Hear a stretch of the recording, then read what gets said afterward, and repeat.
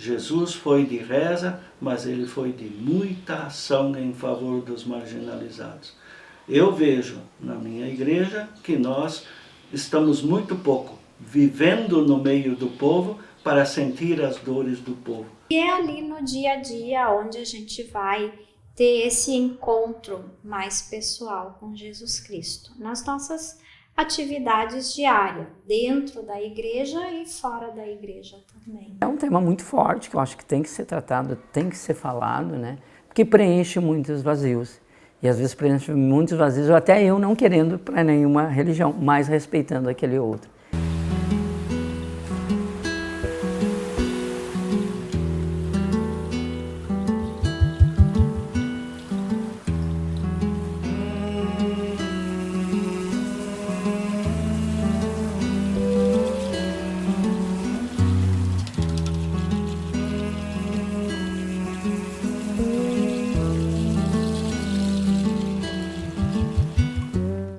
Eu sou o Padre Paulo Wendling, padre há quase 44 anos, estou fazendo quase 70 anos e sou natural de 2 irmãos. Eu sou a irmã Valquíria Vieira da Silveira, da Congregação das Irmãs de Santa Catarina, tenho 47 anos e sou natural de Cachoeira do Sul.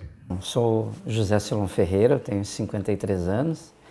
Tenho formação na área da sociologia, eu tenho mestrado, tenho teologia também, como graduação. Fiz doutorado na área da juventude e tenho um pós-doutorado na PUC, na área da teologia.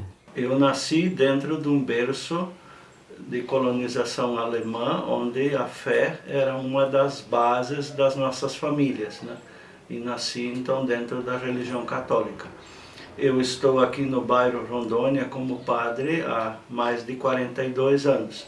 E foi aqui que eu iniciei esse trabalho que eu faço hoje, né? Quando eu cheguei aqui em Novo Hamburgo, em 1982, eu conheci as periferias do bairro Rondônia, onde tinha muitas pessoas morando em extrema miséria e pobreza, nas vilas das Flores, Esperança e Figueira. Lá, eu andando com o povo, no meio do povo, eu percebi que a minha presença lá, só de padre para rezar, não bastava para atender às necessidades deles, né? E então a gente começou a pensar o que fazer para ajudar esse povo a sair daquela situação de miséria em que viviam em todos os sentidos. Eu estou na congregação contando desde o tempo de formação, desde 1998, que foi o primeiro ano da formação. Aí tem o tempo de formação e eu fiz os primeiros votos como irmã de Santa Catarina em 2004. Então, desde os primeiros votos são 20 anos de congregação. E aí veio a ideia da gente fazer um trabalho na área da saúde preventiva. E na época também eu criei o trabalho da pastoral, quando ainda era do menor, antes do ECA, do Estatuto da Criança e do Adolescente. Fazer um trabalho então com crianças que andavam na rua no período que não estavam na escola.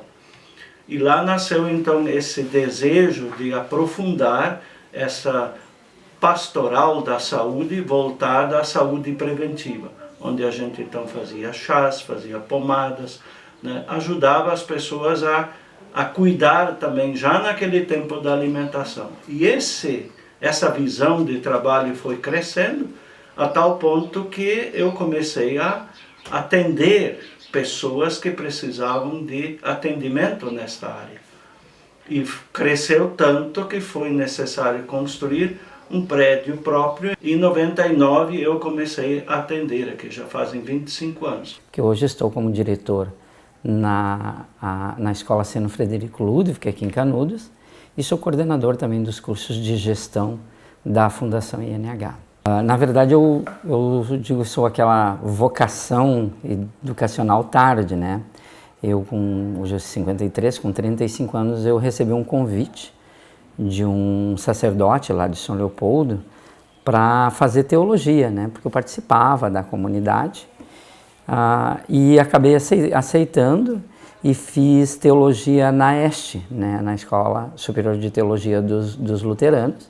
Eu não concluí porque para te concluir tu tem que optar por um pastorado dentro da religião. E como eu sou católico, né, eu acabei fazendo todas as disciplinas, só não fiz o estágio que eles falam, pastoral, né. Tive a oportunidade também de estudar um pouquinho de religião fora do Brasil, né? Fiquei em torno de 4 meses na Alemanha e Itália, ali junto com esse sacerdote Orestes, né? E depois, então, eu ingressei na área da sociologia, que é pesquisa mesmo. Nós, irmãs de Santa Catarina, temos um grande carinho por Novo Hamburgo, né? Foi o lugar, Hamburgerberg, que se tornou Hamburgo Velho, foi o local que acolheu as irmãs lá no ano de 1900, né? Acolheu essa missão. Elas vieram para atender as famílias dos imigrantes alemães e acolheu a congregação, e a congregação cresceu junto com Novo Hamburgo, né? Então, a nossa gratidão a esse povo que acolhe também as irmãs de Santa Catarina, e o nosso desejo é dar também a nossa contribuição para que Novo Hamburgo continue a crescer sempre. A gente tem todo este trabalho, né, de mais de 35 anos, onde vem pessoas de tudo que é lugar, do Brasil todo, dos países vizinhos também, vem atrás de uma ajuda, de tentarem uma terapia mais natural, integrativa, para poderem recuperar a sua saúde. A nossa congregação, então, pensando aqui em Novo Hamburgo, atua em 4 áreas principais, né? Na área da saúde, da educação e da assistência social, e também da evangelização. Então, na área da saúde, hoje nós temos em Novo Hamburgo o Hospital Regina, que tem 94 anos de história, e também tem uma história na área de prevenção, no tempo que trabalhou com projetos sociais na área da saúde. Temos a área da educação. O nosso Colégio Santa Catarina existe desde 1900, aqui em Novo Hamburgo, que é o lugar que se tornou o berço da congregação. E fui fazer parte, então, do Observatório Juvenil da Unicinos, que o coordenador na época era o saudoso Padre Hilário Dick, que trabalhava com juventude. Então a gente associou ao longo aí do meu mestrado, do meu doutorado, muitas pesquisas na área da juventude e religião e religiosidade. Então acabei daí vindo para a área da educação mesmo, saí da pesquisa e vim para a área da educação. E até hoje, né, aplico a metodologia de pesquisador aqui na escola, né, uma escola com 1.084 alunos hoje. O maior apoio na época eu tive do bispo Dom Frei Boaventura Kloppenburg. Ele me deu total apoio. Onde ele se baseava para ele me dar apoio? Na Bíblia, a palavra de Deus, nos evangelhos. Ele dizia, veja bem, Jesus de fato se ocupou muito com os doentes. Nesta perspectiva evangélica que nasceu esse trabalho. Então eu tive realmente muito apoio. Claro, de colegas, nem todos. Alguns diziam que eu ia ser preso porque eu estava fazendo exercício ilegal da medicina, o que não é. As terapias não são exercício ilegal de medicina, porque eu não prescrevo remédios, eu não faço diagnósticos, não faço cirurgias, nada. As pessoas já vêm a mim com o diagnóstico médico e querem um auxílio de ervas, de chás, né, para poderem melhorar a sua qualidade de vida, né? E então nunca tive assim maiores problemas, tenho maior respeito, maior admiração pelos médicos, pelo exercício da medicina que eles fazem, que eu não faço. Eu não sou médico, eu sou apenas um terapeuta que cuida da vida, que cuida das pessoas. E temos o projeto social, que é especificamente na área da assistência social, que é o Centro Social Madre Regina, onde nós atendemos crianças em situação de vulnerabilidade ou risco social, crianças de 6 a 15 anos.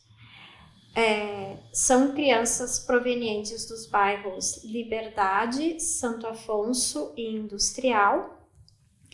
E o trabalho é no sentido da convivência e fortalecimento de vínculos das crianças e das famílias. Esse é um trabalho que já vem há bastante tempo sendo desenvolvido aqui, e também nós temos esses projetos sociais em outras cidades e outros estados, né? Essas 3 áreas são nossa área de atuação, mas também na evangelização, onde nós estamos, como Irmãs de Santa Catarina, nós atuamos também colaborando com a igreja na catequese, serviço às juventudes, o serviço da evangelização. E hoje o jovem tem essa liberdade de conhecer através da internet, das redes sociais. Ele vê também, ouve muitos youtubers, né? Porque nós pais achamos que a gente controla. Não, nós não controlamos nada, a gente acha que controla, né? Mas não se controla nada hoje. Então, eles tendo essa liberdade tanto nas redes sociais como na escola, acaba rompendo com o modelo de tradição que se tinha. Porque, eu era católico, meu filho tinha que fazer a comunhão, tinha que fazer a crisma, né? Tanto que a gente vê os números, né?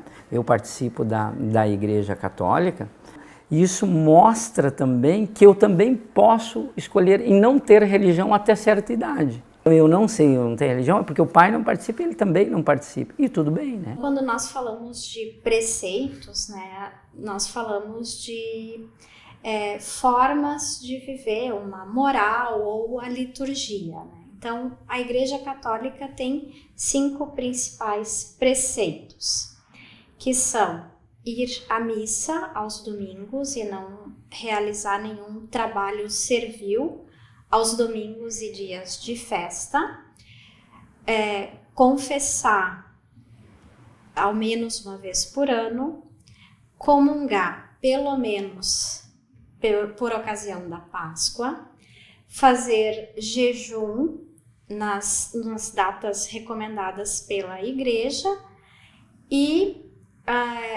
prover as necessidades da Igreja. Mas, na verdade, o mais interessante para mim é a gente pensar por que nós vivemos esses preceitos, né? Nós vivemos os preceitos porque nós cremos no Deus Pai, Filho e Espírito Santo, Deus que envia o seu Filho para salvar a humanidade, e porque nós vivemos o mistério pascal, a vida, a paixão, morte e ressurreição de Jesus Cristo. Então, esses preceitos são para nos ajudar a viver a nossa fé cristã. E nós, como Irmãs de Santa Catarina, procuramos viver o Evangelho, porém inspiradas pelo carisma da nossa fundadora, que é Regina Brotman, e ela se inspirou em Santa Catarina como padroeira da nossa congregação.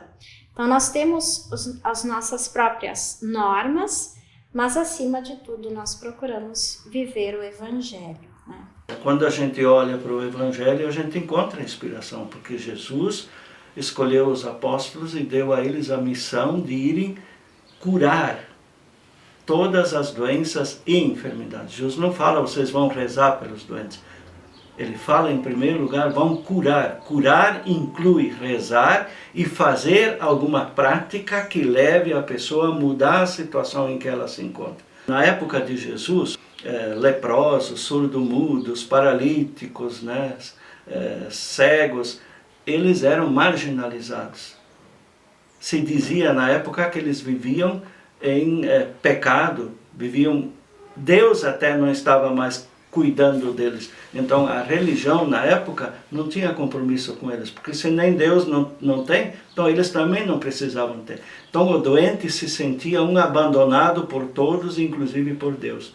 Então Jesus, o Filho de Deus, que veio de Deus para fazer morada, estada no meio de nós, foi ao encontro deles e foi dizer para eles: olha, vocês não estão abandonados, vocês não são malditos de Deus, vocês são filhos abençoados de Deus como todos os outros. Então Jesus agia em favor deles para integrá-los de novo à sociedade, para que fossem viver na sociedade sendo felizes, porque Deus quer que a gente seja feliz já, aqui e agora, não só depois quando nós vamos para o céu. Tanto os jovens católicos, jovens cristãos, eles vão seguir esses preceitos da religião católica, eles vão viver uma vocação, seja ela a vida religiosa ou outras vocações, se estiverem encantados pelo projeto de Jesus Cristo, pelo Evangelho. Então, não basta ser batizado, tem que ser batizado e procurar praticar a sua fé cristã, e é ali no dia a dia onde a gente vai ter esse encontro mais pessoal com Jesus Cristo, nas nossas atividades diárias, dentro da igreja e fora da igreja também. Jesus foi de reza, mas ele foi de muita ação em favor dos marginalizados. Eu vejo na minha igreja que nós estamos muito pouco vivendo no meio do povo para sentir as dores do povo. Para nós sentirmos as dores do povo, temos que viver mais no meio do povo, ouvi-los. A religião, ela deve nos ajudar a viver aqui já, neste mundo, e não só quando vamos para o céu. Então não é só uma questão de cuidar ou salvar a alma, mas é de salvar vidas, cuidar da vida. Isto é o mais importante. Então, muitas pessoas têm essa necessidade. E as igrejas pentecostais, elas se abriram mais à problemática. Eles prometem curas, prometem um monte de coisa. E nós não fazemos isso. Nós estamos muito mais envolvidos com doutrina, com reza, com devoções e com pouca ação realmente em favor da vida. Essa mudança, vamos dizer assim, de olhar ao Brasil como um país, que se dizia 100% católico, até porque era um católico de tradição, E com o advento, então, das igrejas evangélicas, pentecostais, neopentecostais, E por ser também um país que se diz laico, tu também tem essa oportunidade de escolher a tua religião e a tua religiosidade, Então, hoje, essa diversidade religiosa que tem no Brasil, de outras, quando a gente fala religião, a gente está falando da religião cristã, mas também tem umas religiões de matriz afros, nós temos os budistas, os islâmicos hoje,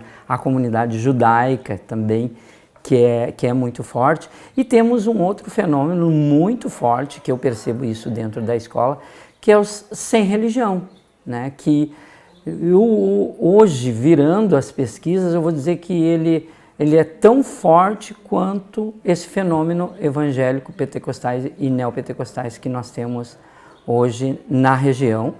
E aqui a região de Canudos, é uma região muito forte com os pentecostais e os neopentecostais.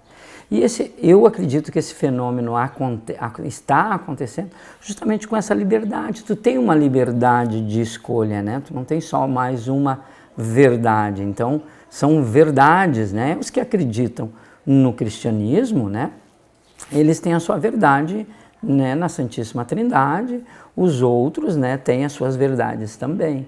Então, olhando, como pesquisador, eu vejo isso salutar. O que não se pode é confundir essa liberdade e trazer para dentro dessas religiões, uma questão ideológica e uma questão política. Eu acho que isso vai se perder como na história se perdeu o próprio catolicismo quando quis se aproximar do poder instituído do Estado. Então Jesus, ele nos chama de novo a atenção que a gente tem que estar mais atento aos problemas da vida. Eu sempre digo, uma pessoa às vezes entra na igreja, ela está com uma úlcera varicosa, ela volta para casa do mesmo jeito, nós não temos nada para dizer para ela, não sabemos o que fazer. mas que Jesus deu autoridade para os apóstolos. Curem os doentes. Ele não disse, vão rezar os doentes. Curem. E curar significa fazer ação. Jesus usava barro, saliva, que era já na época de Jesus considerada medicinal. Usava água. Os apóstolos usaram óleo. Então Jesus usou os elementos da natureza para restabelecer vida, para restabelecer saúde, para integrar as pessoas de novo na sociedade. Em outras palavras, para serem felizes. Por isso que ninguém deve sofrer, ninguém deve ficar com fome, ninguém deve morar debaixo da rua, da ponte da rua, como se diz, mas todos integrados e viverem felizes. E depois, sim, queremos estar para sempre na eternidade com Deus. Mas primeiro nós temos que viver aqui na Terra. Né? Toda a questão climática, ela diz muito pouco para a maioria das nossas igrejas. E ela devia dizer muito. Papa Francisco insiste com sua encíclica Laudato Si e também agora sobre a crise climática. Mas isto não entra, isso não faz parte do conteúdo da catequese, não faz parte das nossas pregações, como se isto fosse uma coisa alheia, como se ser cristão fosse viver nas nuvens, como se diz, e não os pés fincados no chão da vida, onde nós temos que achar e encontrar soluções, meios para podermos viver e sermos felizes. Termos comida boa, termos água de qualidade, incentivarmos o cultivo de pequenas hortas, plantarmos chás de novo. No meu tempo, a horta da casa da gente era o cartão postal que as vizinhas, as tias, os avós vinham ver antes de ir para cá. Tinha que passar na horta. E aí é que se colhia mais saúde para nós. Mas isto tudo pouco nós perdemos, nós abandonamos, para trocar por doutrina e devoção. Eu, como católico, faço um olhar também distanciado como pesquisador, né? E se a gente parar para pensar, avaliar Canudos, né? Canudos, hoje, aqui nós temos uma região de 60 a 80 mil habitantes, né? Em torno de 70 mil habitantes, vamos colocar ali, né? Parar para pensar, nós temos aqui em Canudos uma paróquia, a paróquia São José Operário de Canudos, né? Com 2 padres. Okay? 2 padres lá na São José, com algumas comunidades aqui em volta. Agora, se eu te disser que lá da São José Operário, divisa com Campo Bom, até a Quiplim aqui, né? Fazendo divisa com a Bartolomeu, eu tenho mais ou menos pela última pesquisa que a gente fez, em torno de 200 igrejas pentecostais e neopentecostais, com 1 ou 2 pastores, né? Então eles estão muito mais próximos, né, das pessoas. Realmente aqui nós recebemos pessoas de todas as religiões. Nunca perguntamos se tem fé, que igreja. Não, isso não é. Aqui não é para fazer primeira comunhão, crisma, batizado. Né? Aqui é para cuidar da vida. Então o que interessa é a gente acolher bem, nós acolhemos bem. Eu brinco com todas as pessoas, converso com elas, olho para elas, sento com elas e ainda como padre, né, eu dou a bênção da saúde para todos. Nunca alguém de outra religião me disse, padre, eu não quero a bênção. Todos aceitam a bênção de Deus, todos aceitam. E eu dou com toda alegria, mas a gente de fato acolhe. E quando as pessoas às vezes saem daqui, elas dizem assim, nossa, a gente já tirou um peso das costas só de estar um momento aqui dentro. Porque a gente sabe, quem está doente sofre. E a doença, ela não tem religião. Assim como a fome não tem religião.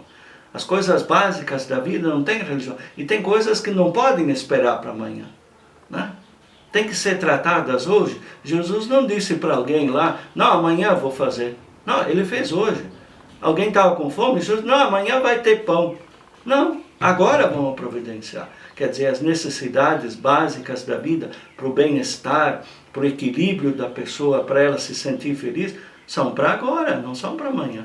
Aqui, aquele jovem que é evangélico, aquele jovem que é católico, aquele jovem que, enfim, professa pela família outra religião, ele tem a oportunidade de ver e ele gosta, né, das comidas, ele gosta da dança, de outras. Então, o secretismo religioso que acontece, também, se a gente olhar, né, é uma herança muito, eu digo assim, muito importante, porque como nós estamos em construção, e principalmente o jovem está em construção, é um momento também dele encontrar o diferente, né?